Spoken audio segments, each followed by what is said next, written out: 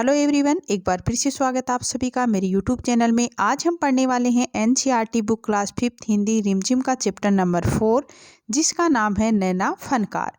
हम इस चैप्टर का सारांश है वो पढ़ेंगे। सबसे पहले हम देखते हैं कि नैना फनकार का अर्थ क्या होता है। नैना यानी छोटा, फनकार यानी कलाकार, यानी छोटा कलाकार।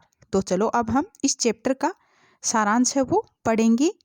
वह लड़का एक चौकोर लाल पत्थर के पास बैठ गया। उसने जल्दी जल्दी कोई प्रार्थना बुदबुदाई और छेनी हथौड़ा उठाकर अपने काम में जुट गया। यानी जो लड़का है वो चौकोर लाल पत्थर के पास बैठ गया और उसे जल्दी जल्दी कोई प्रार्थना यानी वो अपने भगवान से बुदबुदाई यानी मन ही मन कुछ प्रार्थना है वो कर रहा था और छेनी हथौड़ा उठाकर अपने काम में जुट गया यानी लग गया। कुछ दिन पहले ही उसने इस पत्थर पर घंटियां को कतारें और कड़ियां उकेरना शुरू किया था। यानी कुछ दिन पहले यानी थोड़े दिन पहले ही उसने इस पत्थर पर यानी जो चौकोर लाल पत्थर है उस पर घंटियां की कतारें और कड़ियां है वो उकेरना शुरू किया था। लड़के ने एक अधबनी यानी एक अधूरी जो घंटी है पर छेनी की नोक टकराई और सावधानी पूर्वक हथौड़े से घंटी पर नक्काशी करने में जुट गया। नक्काशी का अर्थ होता है पत्थर पर किसी चीज को बनाना। तो यानी जो लड़का है वो एक अधबनी जो अधूरी थी पहले उस घंटी पर छेनी की नोक की कटाई को सावधानी पूर्वक हथौड़े से घंटी पर नक्काशी करने में जुट गया था। हथौड़े के वार से पत्थर पर जो कटाव उभरता उससे पत्थर की करीचे छितरा जाती और वह आंखें सिकोड़ लेता। यानी जो लड़का है वो हथौड़े से जब वार करता पत्थर पर तो उस पत्थर के जो छोटे छोटे टुकड़े हैं वो चारों तरफ मतलब ऐसे उछलते तो वो अपनी आंखों को सिकोड़ लेता यानी आधी मतलब ऐसे बंद कर लेता अपनी आंखों के बचाव के लिए, ताकि वो जो पत्थर के टुकड़े हैं वो उसकी आंखों में ना गिरें। साथ साथ धीमी आवाज में वह कुछ गुनगुनाने भी लगता और साथ साथ वह कुछ धीमी आवाज में कुछ मतलब ऐसे मन ही मन गुनगुनाने भी लगता। उसके चारों ओर दूसरे संगतरास का अर्थ होता है साथी, कारीगर भी अपने अपने काम में डूबे हुए थे। केशव 10 साल का था और अभी अपना काम सीख ही रहा था। पिता के एक बार करके देखा देने पर वह सीधी लकीरों वाले घुमावदार डिजाइन उकेर सकता था। यानी जो केशव था वो अभी 10 साल का ही था, लेकिन अगर उसे अपने पिता के द्वारा एक बार यानी अपने पिता को एक बार काम करते हुए देख लिया तो वह सीधी लकीरों वाले और घुमावदार डिजाइन भी उकेर सकता था यानी बना सकता था। अब तक उसने नक्काशी का जो भी काम किया था, नक्काशी यानी पत्थर पर किसी चीज को बनाना, यानी अब तक हमने नक्काशी का जो भी काम किया था उनमें से इन घंटियों को बनाना ही सबसे ज़्यादा मुश्किल था।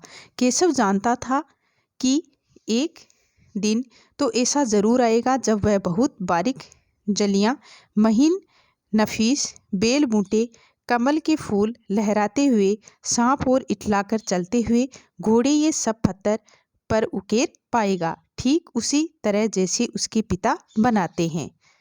यानी केशव ये जानता है कि एक दिन ऐसा जरूर आएगा जब वह भी अपनी पिता की तरह ही जो उसके पिता मतलब ऐसे बारीक बारीक जो जालियां हैं, महीन नशीफ हैं, बेल बूटे, कमल के फूल आदि लहराते हुए जो सांप है, इठलाकर चलते हुए घोड़े, ये सब पत्थर पर उकेर पाएगा। यानी ऐसा एक दिन जरूर आएगा जैसा उसके पिताजी अभी बना रहे हैं।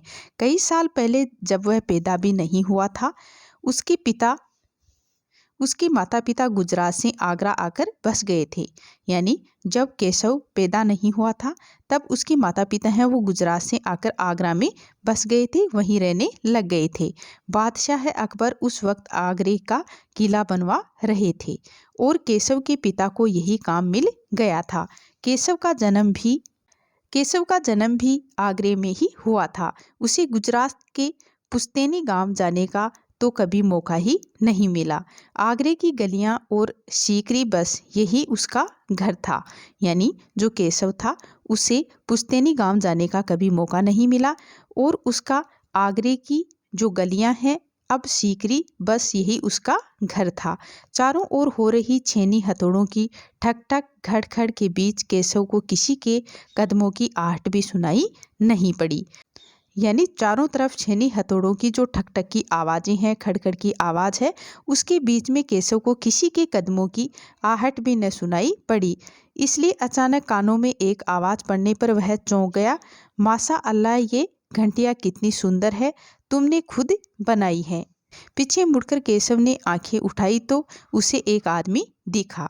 बेशक मैंने ये घंटियाँ बनाई है, क्या मैं आपको पत्थर पर नक्काशी करता नजर नहीं आ रहा? देखते नहीं मैं ही पत्थर को तराश रहा हूँ। यानी केशव ने कहा कि आप देख नहीं रहे हो कि मैं ही पत्थर को तराश रहा हूँ? केशव ने बड़ी तल्खी से जवाब दिया, दिखता तो है, पर तुम इतने छोटे लगते हो न। वह आदमी हंसते हुए बोला, मैं 10 साल का हूँ। 10? अच्छा। वह आदमी पास पड़े पत्थर पर बैठते हुए बोला। यानी केशव ने कहा कि मैं 10 साल का हूँ, तो उन्होंने कहा उस आदमी ने कि अच्छा, और ऐसे कहते हुए आदमी पास में पड़े पत्थर पर बैठ गया। तब तो काफ़ी बड़े हो, मैंने भी 13 साल की उम्र में एक लड़ाई में हिस्सा लिया था। अब केशव उस आदमी को अच्छी तरह देख पा रहा था। उसकी उम्र रही होगी 30 से ऊपर। कद मझोला था। वह सफ़ेद अंग रखा और पजामा पहने हुए था। उसके लंबे बाल गहरे लाल रंग की पगड़ी में अच्छी तरह से ढके हुए थे। लगता है कोई बहुत बड़ा आदमी है। यानी उसके पहनावे से लग रहा था कि यानी वह बड़ा आदमी है। केशव ने उस आदमी के गले में पड़ी बड़े बड़े मोतियों की माला और अंगुलियों की अंगूठियों को देखते हुए सोचा कि तीखी नाक, बड़ी बड़ी आंखें, होठों को ढकते हुए नीचे की तरफ आती घनी मूछें। केशव उस आदमी के व्यक्तित्व का मुआयना कर ही रहा था कि तभी उस आदमी ने एक नक्काशी की तरफ इशारा करते हुए कहा, इस लड़ी में अभी काफ़ी काम बाकी है। इससे पहले कि केशव कोई जवाब देता, उसने किसी के तेजी से दौड़कर आने की आवाज़ सुनी। यह और कोई नहीं, महल का पहरेदार था। हुजूर माफ़ करें, मुझे आपके आने का पता ही नहीं चला, हाँफते हुए उसने कहा। फिर वह मुड़कर भौचक से खड़े केशव को घूरते हुए बोला, बेवकूफ़, खड़ा हो। हुजूरे आला के सामने बैठने की फुर्सत कैसी की तूने? झुककर सलाम कर इन्हें। अब केशव का माथा ठनका। उसे कुछ कुछ समझ आ रहा था। बदमाशी में छेनी हाथ से छूटकर नीचे गिर गई और वह जल्दी से उठकर खड़ा हो गया। अरे, कहीं ये बादशाह अकबर तो नहीं? यह ख्याल आते ही उसने झुककर सलाम किया और खरगोश की सी कातर नज़रों से अकबर को देखने लगा। यानी ये सब कुछ पहले केशव को पता नहीं था, और जब उसे पता चली तो वह खरगोश की सी कातर नज़रों से अकबर को देखने लगा। अकबर को पहरेदार की यह दखल अंदाजी भली न लगी, यानी अच्छी नहीं लगी। उन्होंने खिंचकर पहरेदार को वहां से जाने का इशारा करते हुए कहा, ठीक है सिपाही, कुछ देर के लिए हमें अकेला छोड़ दो। यानी अकबर ने उससे थोड़ा मतलब ऐसे नाराज होते हुए कहा पहरेदार से कि ठीक है, तुम जाओ, कुछ देर के लिए हमें अकेला छोड़ दो। पहरेदार तो चला गया, मगर केशव असमंजस में था कि उसे क्या करना चाहिए। वापस अपना नक्काशी का काम शुरू करे या बादशाह के हुक्म के इंतजार में खड़ा रहे। दिल तो उसका अभी भी धक धक कर रहा था। हाँ, पर अब वह डरा हुआ नहीं था, क्योंकि अकबर प्यार से उसे देखते हुए मुस्कुरा रहे थे।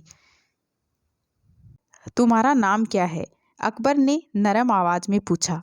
केशव, उसने नपा तुला जवाब दिया। केशव, क्या तुम मुझे नक्काशी करना सिखाओगे? उलझन में पड़े केशव ने तुरंत सिर हिला दिया।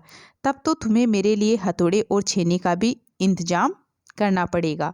यानी अकबर ने कहा कि तब तो तुम्हें मेरे लिए हथौड़े और छेनी का इंतजाम भी करना होगा। केशव फुर्ती से अपने पिता के पास भागा गया और उसका छेनी हथौड़ा उठाकर उल्टे पांव लौट आया।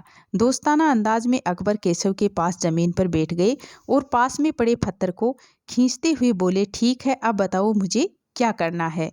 केशव ने संदेश भरी नज़रों से अकबर की ओर देखा। हुजूर, क्या आप यह सब करेंगे? क्यों नहीं, मुझे तो विश्वास है कि मैं सीख ही लूँगा। यानी अकबर ने कहा कि मुझे विश्वास है, मुझे यकीन है कि मैं ये सीख ही लूँगा। नहीं नहीं, मेरा मतलब ये नहीं था। केशव शक पका गया।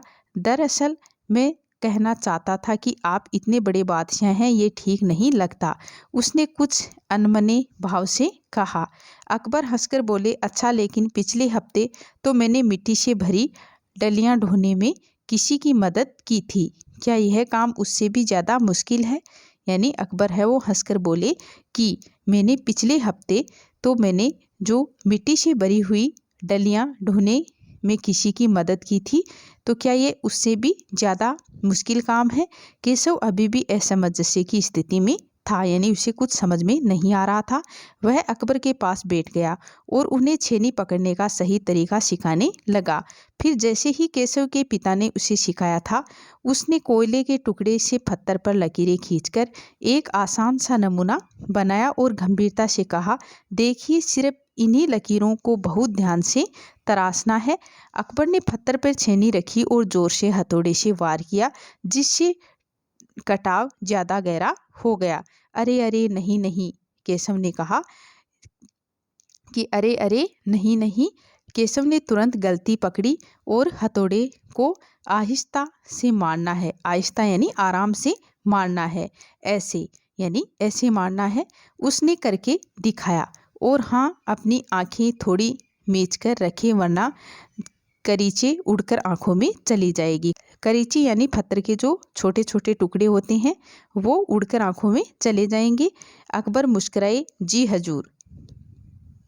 जवाब में केशव भी मुस्कुरा उठा। वह लगभग भूल ही गया था कि उसके बगल में बैठा हुआ व्यक्ति हिंदुस्तान का बादशाह है। एक अनाड़ी से वयस्क पर अपने काम की धाक जमाने में उसे मजा आ रहा था। वह बड़े ध्यान से देख रहा था कि अकबर किस तरह लकीरें को उकेर रहे हैं। बादशाह से जरा भी चूक हो जाने पर फौरन उसकी तैयारियां चढ़ जाती। काम करते करते अकबर पूछ बैठते, केशव सही नहीं है क्या? और केशव सिर हिलाकर अपनी असहमति जता देता। अकबर इत्मीनान से बैठ गए और केशव को काम करता हुआ देखने लगे। अपने काम में खोए हुए उन दोनों को इस बात का एहसास नहीं हुआ कि आसपास मौजूद दूसरे संगतरास उन्हें बड़े कौतूहल से देख रहे हैं। संगतरास यानी साथी कारीगर हैं, वो उन्हें बड़े कौतूहल से देख रहे थे। अकबर ने गौर किया कि केशव पत्थर पर बने नमूने को ही नहीं तराश रहा था, बल्कि अपनी तरफ से भी उसमें कुछ जोड़ रहा था, जिससे वे डिजाइन ज़्यादा खूबसूरत लग रहे थे। लड़के के काम करने के अंदाज को देखकर अकबर ने धीमे से कहा, यानी धीरे से कहा, केशव देखना, एक दिन तुम बड़े फनकार बनोगे। फनकार यानी एक अच्छे कलाकार बनोगे। हो सकता है कि एक दिन तुम मेरे कारखाने में काम करो। यानी अकबर ने कहा कि हो सकता है कि एक दिन तुम मेरे कारखाने में काम करो। कारखाना? कैसा कारखाना? बस एक बार ये महल तैयार हो जाए और लोग आगरा से आकर यहाँ रहने लगे, तब मैं कारखाने बनवाऊंगा। इन कारखानों में मेरी सल्तनत के सबसे बढ़िया फनकार और शिल्पकार काम करेंगे। चित्र बनाने वाले कलाकार, गलीचों के बुनकर, संगतरास, पत्थर और लकड़ी पर नक्काशी करने वाले शिल्पकार सभी वहाँ काम करेंगे। केशव का चेहरा चमक उठा, यानी जो केशव का चेहरा है वो खिल उठा। वह मुस्कुराते हुए बोला, मैं वहाँ जरूर काम करूँगा। अकबर उठ खड़े हुए और जाते हुए बड़े प्यार से केशव का कंधा थपथपाया और कहा, अच्छा बेटा, अपना काम जारी रखो। हुजूर, क्या आप दोबारा आएंगे? केशव ने बड़ी उत्सुकता से पूछा। मैं जरूर आऊँगा केशव। फिर तो पूरे दिन संगत राशों के बीच केशव की धूम मची रही। वह बार बार बादशाह से हुई अपनी मुलाकात सबको सुनाता रहा। यानी केशव है वो बादशाह से मिलकर बहुत ही खुश हुआ और बार बार बादशाह से हुई जो उनकी मुलाकात है केशव की, वो सबको सुनाता रहा। रात हो चली थी। केशव बहुत थका हुआ था, पर आंखों में नींद कहाँ। वह धीरे से अपने पिता के बिस्तर में घुस गया। पिता ने मुस्कुराकर कहा, तुम तो अभी से इतने प्रसिद्ध हो गए हो। बादशाह सलामत ने कहा है कि एक दिन मैं बहुत बड़ा कलाकार बनूंगा। यानी केशव ने कहा कि बादशाह सलामत ने कहा है कि एक दिन मैं बहुत बड़ा कलाकार बनूंगा। अपने सिर को पिता की बाहों के सहारे टिकाकर केशव धीरे से बोला, हमारे बादशाह बहुत ही नेक इंसान है। बिल्कुल सही है, पिता ने कहा। कुछ सोचकर केशव ने पूछा, बाबा एक बात बताओ, बादशाह के पास आगरा में एक से बढ़कर एक खूबसूरत महल है, फिर वो सीकरी में यह शहर क्यों बनवा रहे हैं? पिता ने कुछ याद करते हुए बताना शुरू किया, हाँ बेटा, बादशाह का आगरा बहुत ही सुंदर शहर है, पर सीकरी में नया शहर बनवाने का भी एक खास कारण है। मैंने सुना है कि जब बादशाह अकबर की कोई संतान नहीं थी। इस वजह से वे हर वक्त परेशान रहते थे और वे बहुत से साधु संतों और फ़कीरों के पास गए। भटकते भटकते बादशाह ख्वाजा सलीम चिश्ती के पास सीकरी आए। उन्होंने ही बादशाह को बताया कि उनके एक नहीं तीन संतानें होगी, शाहजादा सलीम, मुराद और दनियाल। केशव ने चहकते हुए कहा, बिल्कुल सही। तब बादशाह ने ख्वाजा सलीम चिश्ती के सम्मान में सीकरी में नगर बसाने का फैसला किया। यानी केशव के पिता ने उसे बताया कि बादशाह ने ख्वाजा सलीम चिश्ती के सम्मान में ये सीकरी में नगर बसाने का फैसला किया है। केशव ने कहा, अच्छा अब समझा। यानी केशव ने कहा कि अच्छा अब मैं समझ गया, इसलिए बादशाह अकबर ने अपने बेटे का नाम सलीम रखा है। हाँ, और इसी कारण हम यहाँ एक नए शहर के लिए फतरों को तराश रहे हैं। हूँ से यानी मतलब केशव है वो उनिंदी आवाज़ में बोला। पिताजी ने देखा कि उनका लाडला बेटा है वो सो गया है। यानी जो केशव है उसके पिताजी ने देखा कि उसका जो लाडला बेटा है वो सो गया है। तो गाइज, हमने जो हमारा चैप्टर है नैना फनकार, इसका जो सारांश है उसको अच्छे से पढ़ा है, उसका अध्ययन किया है। और अगर आपको मेरा ये वीडियो अच्छा लगा हो तो प्लीज़ मेरे चैनल को सब्सक्राइब करें, वीडियो को लाइक करें, शेयर करें और बेल आइकन की घंटी को भी दबाएं ताकि मेरे आने वाले वीडियो का नोटिफिकेशन आपको मिलता रहे। Thank you guys.